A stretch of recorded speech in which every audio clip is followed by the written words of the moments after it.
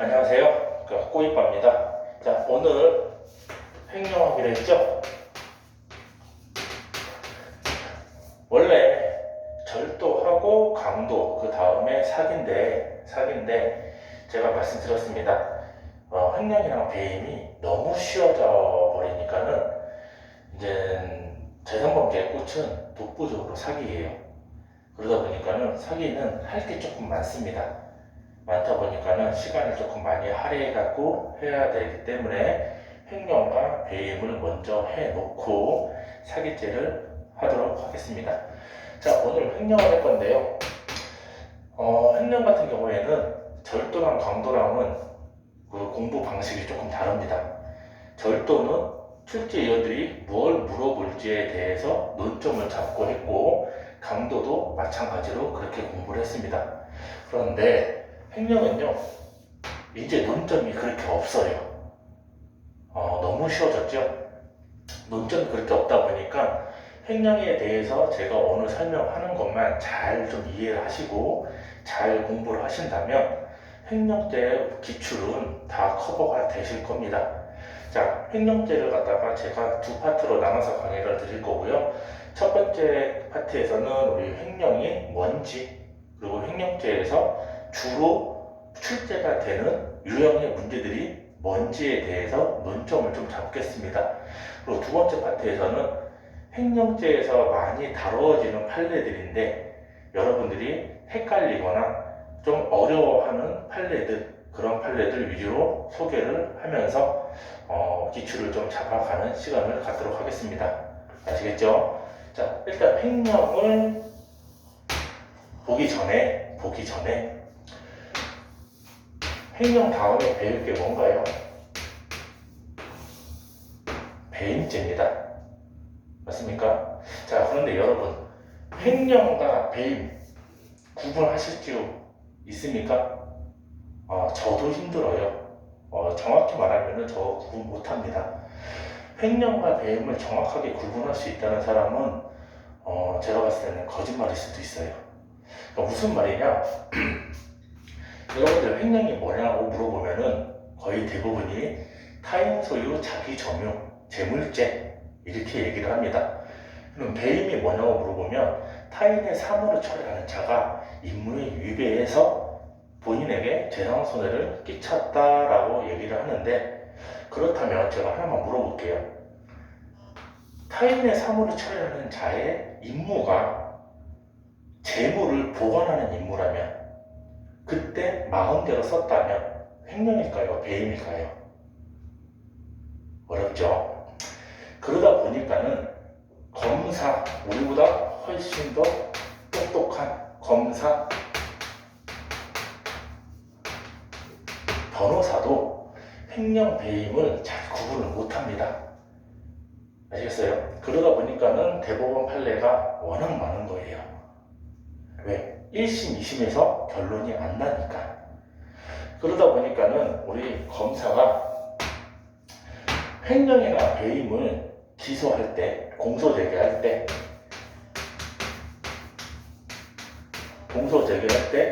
횡령만 공소제기한다던가 배임만 공소제기하는 경우가 드뭅니다. 무슨 말이냐? 제가 말씀드린 거 전부 다 기출이라고 말씀드렸습니다. 집중하시고요. 무슨 말이냐? 공소제기를 검사가 할 때 횡령이나 배임이나를 정확하게 구분을 못하기 때문에 여러분 시험 범위는 아닙니다. 이미 빠졌어요. 그렇죠? 형사법으로 바뀌면서 형사소송법 파트에서 빠졌기 때문에 정확하게 아실 필요는 없습니다만, 택일적 공소제기 하는 방법이 있고요. 예비적 공소제기 방법이 있습니다. 근데 택일적은 우리가 알 필요 없고요. 시험 범위 아니니까.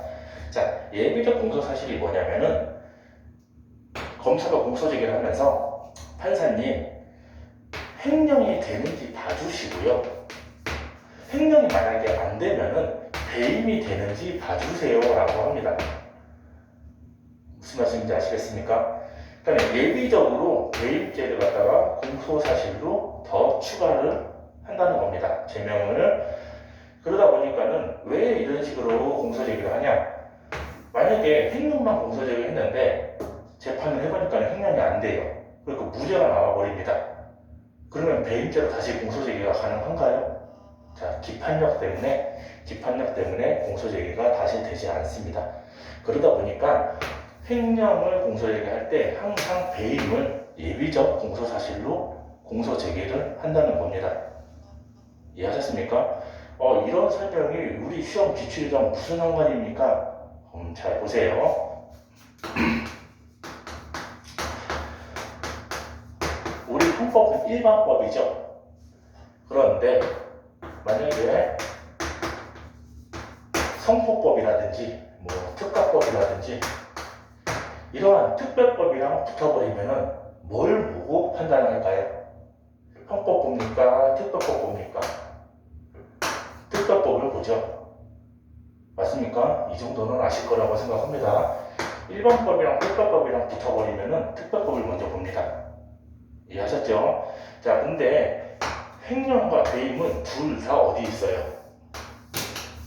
둘 다 형법이라는 놈에 있어요. 맞습니까? 그렇기 때문에 횡령이 배임이 횡령보다 특별법이다 이런 말은 못해요. 왜? 둘 다 형법 안에 있기 때문에. 그런데 아까 제가 뭐라고 드렸습니까? 공소제기할 때 항상 횡령이 먼저 되는지 봐주시고요. 안 되면은 배임이 되는지 봐달라고 이렇게 공소제기를 한다고 했죠. 그러면은 횡령 배임을 갖다가 공소제기했을 때 항상 뭘 먼저 판단한다? 횡령을 항상 먼저 본다. 아시겠습니까? 횡령이 되는지 보고 횡령이 되면 횡령에서 끝. 횡령이 되는지 봤는데 횡령이 안 된다면 배임이 되는지 보고. 아셨습니까? 그러다 보니까는 이런 지문이 우리 기출지문으로 뜨죠. 횡령은 배임과의 관계에 있어서 특별 관계에 있다. OX? 맞는 지문입니다. 아시겠습니까? 횡령이 배임의 특별법이란 말은 아니에요. 그러니까 일반법이랑 특별법이랑 붙으면 특별법을 항상 먼저 보는 거는 맞는데 횡령과 배임은 둘 다 형법이라는 곳에 같이 존재하기 때문에 특별법은 아니에요. 근데 공소제기 했을 때 항상 뭘 먼저 본다? 횡령이라는 거를 배임보다 먼저 보더라. 그러면 이 관계를 봤을 때 항상 특별법을 먼저 본다. 이거랑 같은 뉘앙스죠. 그렇기 때문에 횡령은 배임과의 관계에 있어서 항상 먼저 보니까 특별 관계에 있다라는 말이 성립이 하게 되는 겁니다. 기출로 등장했을 때 분명히 보셨을 겁니다. 자, 그럼 지금부터 우리 횡령에 대해서 집중적으로 공부를 좀 해보겠습니다. 자, 어떻게 공부한다 했죠? 횡령은 절도나 강도처럼 어떠한 거에 대한 딱딱 논점이 이제 의미가 없어졌어요. 왜? 명의 신탁 수탁이 우리 횡령죄의 가장 큰 기둥이었는데 그게 무너져 버렸죠. 그러다 보니까 횡령은 제가 설명해주는 범위 내에서만 공부를 하시면은 횡령은 기출 다 푸실 수 있을 거라 생각을 하겠습니다. 자, 횡령죄에서 제가 지금부터 설명을 드릴 거는 논점이라기보다도 출제의 유형에 많이 나오는 우리가 잡고 가야 되는 부분들을 갖다가 짚어드리는 공부 방법이 되겠어요. 자, 횡령은 첫째, 우리가 용도 특정에 대해서 공부를 할 거고요. 둘째,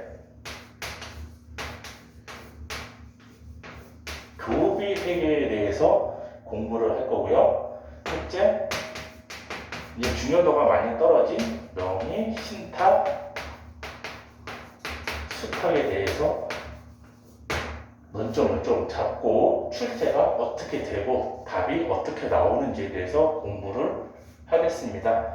그리고 횡령 두 번째 파트에서는 좀 여러분들이 헷갈려하는 판례들이라든지 그런 것들이 왜 그렇게 되는지에 대해서 설명을 드리는 시간을 갖고 횡령죄를 마무리하도록 하겠습니다. 자, 일단 횡령은 누구 소유여야 될까요? 타인, 그렇죠? 우리 제3범죄 통틀어 가지고요, 자기 소유 거 갖다가 범죄가 되는 거는 우리 권리행사상 이제 하나밖에 없어요. 나머지는 전부 다 남의 거 갖다가 어떤 짓을 했을 때 성립하는 범죄들입니다. 아시겠습니까? 그러면은 타인 거를 타인이 점유하고 있는 거 갖고 와버리면 우리 뭐였어요? 절도죄였죠. 횡령은 타인 소유의 재물을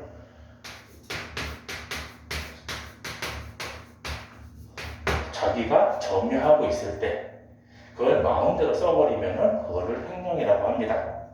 알겠습니까? 자, 기본적으로 알아둬야 될 것 중에 하나가 우리 횡령은 재물죄예요. 자, 절도죄 할 때 설명 드렸습니다. 제3범죄에서 재물죄인 거 그리고 재산상 이득죄만 되는 거 이것만 구분하시라 그랬어요.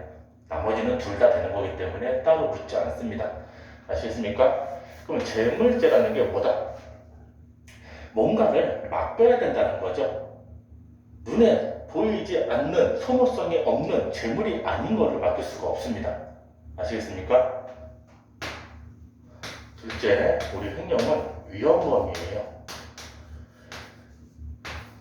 지금 당장은 그냥 횡령은 위헌범이구나 이 정도만 알고 계시면 되겠습니다. 나중에 위헌범에 대해서 정리를 하는 시간을 따로 갖도록 할 거니까요. 아시겠습니까? 그럼 이 위헌범이다, 재물이다 이런 걸로 기출이 등장을 하죠. 광업권 재물입니까? 자, 여러분 쉽게 말해서 여러분이 갖고 있는 자격증 한 번 쓰면 못 써요?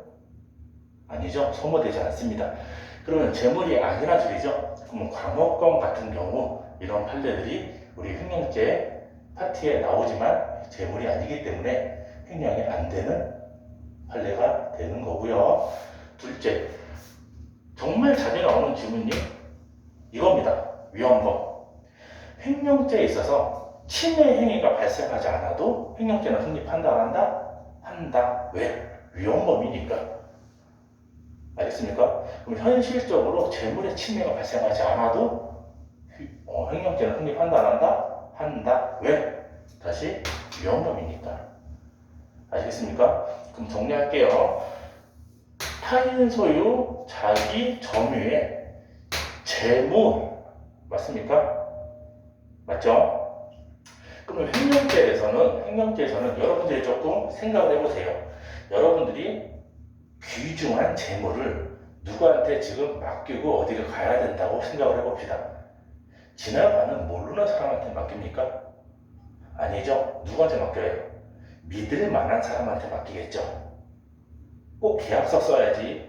꼭 뭐 임대차 계약서 쓰고 뭐 꼭 이렇게 맡긴다는 계약서 쓰고 맡깁니까? 믿고 맡기는 사이에? 아니겠죠. 그런데 믿고 맡겼는데 그 믿음에 배신을 당한 거죠. 믿는 토끼에 발등에 찍혔다는 거예요. 그게 횡령입니다. 이해했습니까? 그래서 우리 횡령을 다른 말로 배반죄라고 표현을 해요. 왜? 나는 믿고 맡겼는데 저놈이 나를 배신했네. 그래서 우리 배반죄 이렇게 표현을 합니다. 이해하셨습니까? 자, 그럼 다시 타인 소유의 자기 점유하고 있는 재물을 소유자가 믿고 맡겼는데 그거를 배반하는 게 횡령이라는 소리겠네요. 맞습니까?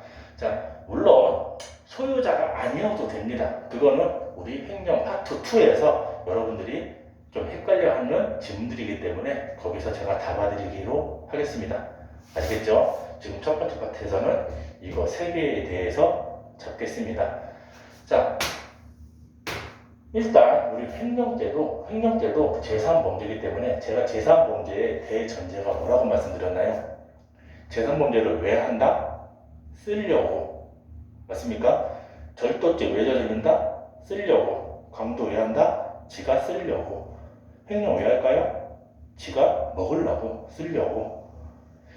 제3범죄의 대전제는요, 지가 먹고 지가 쓰려고 하는 겁니다.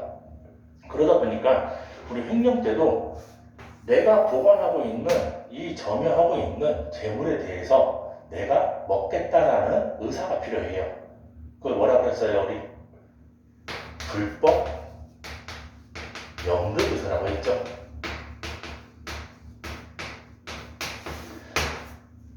그런데 우리 횡령죄에서는요, 불법 영득의사가 적용되는 지문과 적용하면 안 되는 지문들로 좀 나눠집니다. 자, 예를 들어 볼게요. 여러분들이 믿을 만한 사람한테 10억을 맡기고 어디를 갔습니다. 좀 더 믿을 만한 사람한테 10억을 맡긴 상태에서 감옥에 들어갔다고 칩시다. 그 10억을 갖고 보관하고 있는 자가 그 소유자를 빼내기 위해서 국내 최대 로펌의 최고 유명한 변호사를 5억 주고 샀어요. 그래서 빼냅니다. 근데 나온 다음에 야, 내가 맡긴 10억 이랬더니 5억은 네 변호사 비용으로 썼어 이랬더니 횡령이라고 고소를 합니다. 이거 횡령이 될까요? 이거 횡령이 되지 않습니다. 왜요? 내가 먹으려고 5억 썼습니까? 아니죠. 소유자의 이익을 위해서 쓴 겁니다. 이렇게 우리가 기출로 지문이 만들어져요. 소유자의 이익을 위해서 썼다면 횡령죄는 성립한다 안 한다? 하지 않는다. 맞습니까? 그런데 용도가 특정돼서 맡긴 재물이라면 불법 영득의사는 보지 않아요. 무슨 말이냐? 아무리 소유자를 위해서 썼다고 하더라도, 아무리 이유가 있다고 하더라도 용도를 특정해갖고 맡긴 재물이라면은 그냥 뒤도 돌아보지 말고 횡령죄입니다. 아시겠습니까? 그러면은 우리 지문에서 뭐라고 등장해요? 용도 특정이라고 주는 지문들은 뭐 읽어볼 필요가 없고요. 사실 그쵸? 용도가 특정되는 거는 뒤도 돌아보지 말고 횡령이니까. 맞습니까? 자, 그런데 용도 특정이라고 안 돼 있고 사례로 나오는 것들, 판결로 나오는 것들, 그것도 용도 특정인지 아닌지 여러분들이 골라만 내실 수 있으면 됩니다. 자, A라는 사람이 B라는 사람한테 야, C한테 이거 10만 원만 전해줄래? 하고 맡깁니다. 이때 B가 자신이 A한테 10만 원 받을 게 있어가지고 자기 채권에 상계를 해버려요. 이거 횡령일까요? 아닐까요? 이거는 횡령입니다. 왜? 용도를 특정해서 줘버렸죠. 맞습니까? 또 어떤 기출들이 있을까요? 우수 상인 유치비 목록으로 모아놓은 돈. 용도 특정된 돈인가요? 아닌가요? 용도 특정된 돈이죠. 이것도 횡령입니다. 또 뭐 있을까요? 여러분들 알바 해보셨죠? 알바할 때 세금 3.3%를 갖다가 안 뗀 상태에서 여러분들한테 주고 여러분들이 세금을 띱니까? 아니면은 사장이 세금 3.3%를 떼고 실수령액을 줍니까? 후자죠. 그러면 그 3.3% 세금은 사장이 나라에다가 내야 되는 돈으로 특정되어 있는 돈일까요? 아닐까요? 이것도 용도가 특정된 돈입니다. 아시겠습니까? 이게 국민연금으로 나오던 세금으로 나오던 아시겠습니까? 그럼 용도 특정된 돈, 용도가 특정된 돈은 우리 무조건 뒤도 돌아보지 말고 횡령이다 라고 생각해 주시면 되겠습니다. 다만 우리가 횡령 파트 2에서 좀 이따가 이어서 강의할 파트 2에서 용도가 특정된 것 같은데 왜 이거는 횡령이 아닌가요? 라는 그런 판례들이 있습니다. 그런 거를 갖다가 잠시 후에 파트 2에서 설명드리기로 하고요. 아시겠습니까? 결론은 불법 영득의사가 있어야지 횡령이 되는데 소유자를 위해서 썼다? 불법 영득의사가 없다면 횡령죄 성립한다 안 한다? 하지 않는다. 다만 용도가 특정되어 있는 지문이라면 뒤도 돌아보지 말고 횡령이더라. 아셨습니까? 이게 결론이에요. 푸실 수 있겠죠? 자, 다음 우리 도비 회계에 대해서 공부를 조금 해보겠습니다. 자, 사립학교 같은 경우를 보면은 등록금을 받거나 돈이 이렇게 학교로 들어오게 되면은 각각의 명목, 목적에 맞게끔 회계로 나눠요. 그러니까 쉽게 말씀드리면은 사립학교뿐만이 아닙니다. 회사도 마찬가지고 우리 경찰청도 마찬가지예요. 예산을 청구할 때라든지 예산을 받은 다음에 항목별로 나옵니다. 뭐 유류비, 뭐 수리비, 유지비, 피복비, 신규 채용비 이런 식으로 항목을 나눴었습니다. 그 중에 하나가 교비 회계라는 항목이에요. 아셨습니까? 그럼 교비 회계가 뭘까요? 교육에 필요한 비용에 대한 돈 됐습니까? 교육의 비용에 대한 돈 됐어요? 결국엔 뭐냐? 사립학교라고 치면은 학생들 수업, 교육에 관해서만 쓸 수 있는 돈이에요. 됐습니까? 이 돈을 다른 데로 전용한다, 다른 데로 쓴다, 교비 회계로 잔디를 깔았다, 스쿨버스 기름을 넣었다, 이러면은 그냥 무조건 횡령이에요. 왜? 교육에 관한 비용으로만 쓸 수 있는 돈이라고 용도 특정이랑 같은 뉘앙스입니다. 아시겠습니까? 그러다 보니까 교비 회계를 다른 데다가 썼다? 횡령이에요. 다만 제가 좀 이따가 문제 풀 수 있는 스킬도 좀 가르쳐 드릴 건데, 교비 회계라는 단어가 지문에 뜨면요 98%가 횡령입니다. 아셨습니까? 그럼 나머지 2% 잡아야 되겠죠? 교비 회계라는 단어가 보이는데 왜 이거는 횡령이 아닐까요? 라는 질문들, 이 2%를 잡아야지 교비 회계 기출문제가 완성이 된다는 겁니다. 아시겠습니까? 자, 일단 어떠한 말도 없이 교비 회계가 나왔는데 다른 데 썼다 라고 나오면은 무조건 그냥 횡령이에요.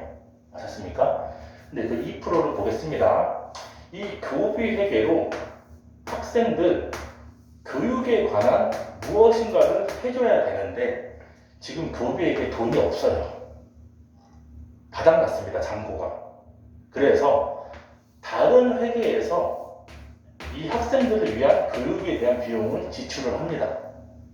그 다음에 등록금이 들어오면은 교비 회계가 다시 차겠죠. 그쵸? 이 찬 교주비 회계에서 여기에다가 얘가 지출한 돈을 줍니다. 그러면은 질문, 이거 무슨 돈으로 쓴 건가요? 1번, 2번. 1번이죠? 맞습니까? 교비 회계로 썼어야 되는 돈, 맞는 돈, 적법한 돈인데 돈이 없어서, 잔고가 없어서 다른 회계로 먼저 쓰고 교비 회계가 등록금을 받아갖고 찬 다음에 그 비용을 갚은 겁니다. 쉽게 말해서 얘한테 빌려서 쓰고 갚은 거예요. 그럼 이거는 누가 지은 거예요? 얘가 지은 거죠? 맞습니까? 교비 회계의 목적에 맞게끔 잘 썼어요, 안 썼어요? 잘 썼다는 겁니다. 됐나요? 이거 횡령 나온다, 안 나온다? 횡령 나오지 않습니다. 그쵸? 원래 교비 회계로 써야 될 돈을 잘 썼네요.